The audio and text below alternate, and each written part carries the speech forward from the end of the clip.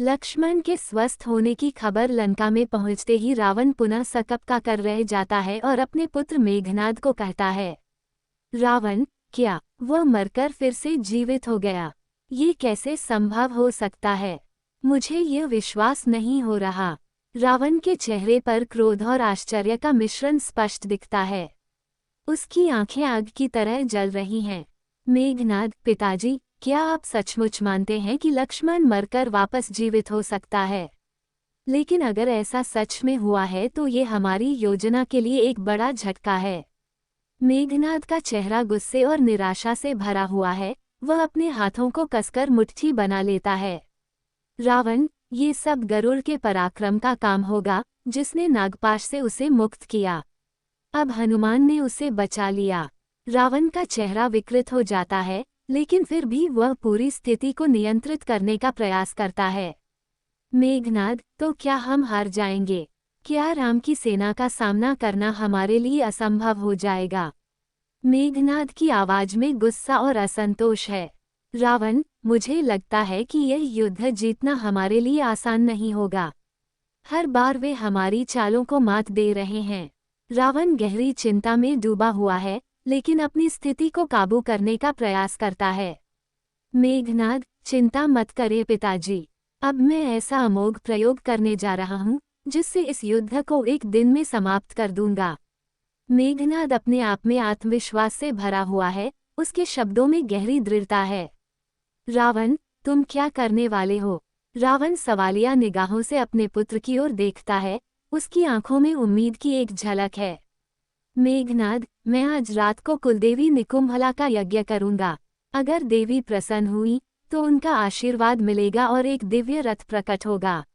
वो रथ अजेय होगा और जब तक मैं उस पर सवार रहूंगा तब तक कोई मुझे पराजित नहीं कर सकेगा।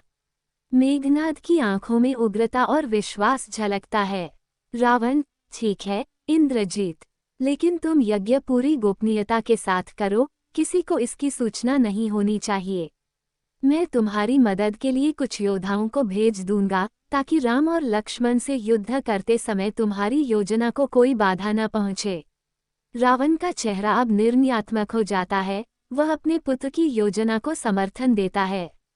मेघनाद का यज्ञ और विभीषण की चेतावनी। विभीषण, मुझे ये सूचना मिली है कि मेघनाद ने निकुंभला देवी का यज्ञ शुरू कर दिया है। अगर यह यज्ञ पूरा हुआ तो वह रथ उसे अजेय बना देगा। हम इस युद्ध में उसे कभी भी हरा नहीं पाएंगे। विभीषण की आवाज में घबराहट और चिंता है। विभीषण राम से, प्रभु राम, इंद्रजीत का यज्ञ रोकना बहुत जरूरी है। अगर यह यज्ञ पूरा हुआ तो वह दिव्य रथ प्राप्त करेगा और फिर हमें कोई भी शक्ति हरा नहीं सकेगी। विभीषण की आवाज में डर और आशंका की स्पष्ट झलक है। राम, चिंता मत करो विभीषण, हम इस यज्ञ को नहीं होने देंगे। लक्ष्मण, हनुमान, सुग्रीव और अंगद को भेजो, वे यज्ञ को विफल करने के लिए जाएं। हम उसे हर हाल में रोकेंगे। राम की आवाज में दृढ़ता और विश्वास है। यज्ञ स्थल पर हनुमान और वानर सैनिकों की उपस्थिति। हनुमान, हमें जल्दी करनी होगी। अगर मेघनाद ने यज्ञ पूरा कर लिया तो ये हमारे लिए विनाशकारी हो सकता है। हनुमान का चेहरा गंभीर है। उसकी आंखों में एक तीव्रता झलकती है। सुग्रीव, हम सबको सतर्क रहना होगा। रास्ता कठिन है लेकिन हमें आगे बढ़ना ही होगा। सुग्रीव की आवाज में सतर्कता और संकल्प की भावना है। वो सब लोग धीरे धीरे यज्ञ स्थल की ओर बढ़ते हैं और जब वहां पहुंचते हैं तो मेघनाद अपने यज्ञ में व्यस्त होता है। मेघनाद, इंद्रजीत, तुम लोग यहाँ क्या कर रहे हो? ये तुम्हारा काम नहीं है।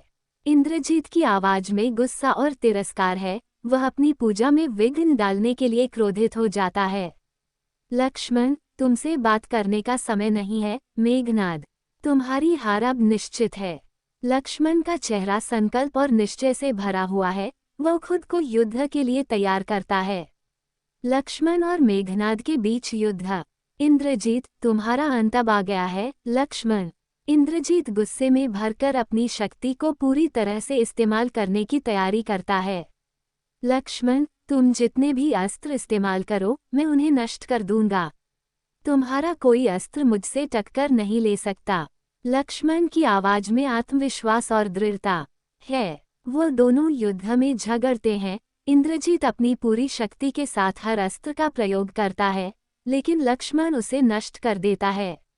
इंद्रजीत का अंत। इंद्रजीत, यह क्या? ब्रह्मास्त्र भी मुझसे वापस क्यों लौट रहा है? इंद्रजीत हैरान हो जाता है। वह समझ नहीं पाता कि उसकी सारी शक्तियां लक्ष्मण पर क्यों बेकार हो रही हैं। लक्ष्मण, तुम जो भी अस्त्र फेंकोगे वे मुझसे टकरा नहीं सकते। तुम भगवान के अवतारों से युद्ध कर रहे हो और तुम्हारी हार निश्चित है। लक्ष्मण का स्वर दृढ़ है और उसकी आंखों में युद्ध के प्रति कोई डर नहीं है। कई प्रयासों के बाद इंद्रजीत की समझ में आ जाता है कि अब वो हार जाएगा। वह अपने पिता रावण से कहता है। रावण और इंद्रजीत का संवाद।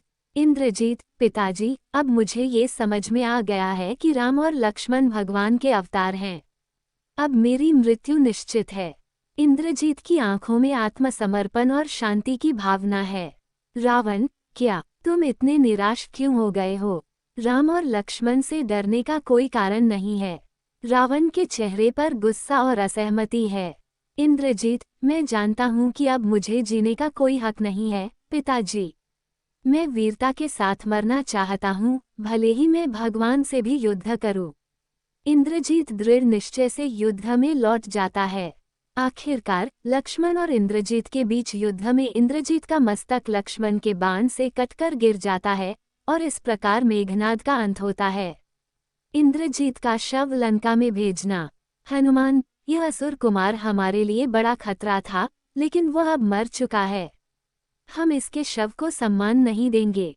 राम, यह उचित नहीं होगा। हनुमान, इंद्रजीत ने हमारे खिलाफ लड़ाई लड़ी, लेकिन मरने के बाद वो हमारे शत्रु नहीं रहा। हमें उसकी वीरता को सम्मानित करना चाहिए। राम, हनुमान, मेघनाद का शव लंका भेज दो ताकि वो अपने परिवार के पास जा सके।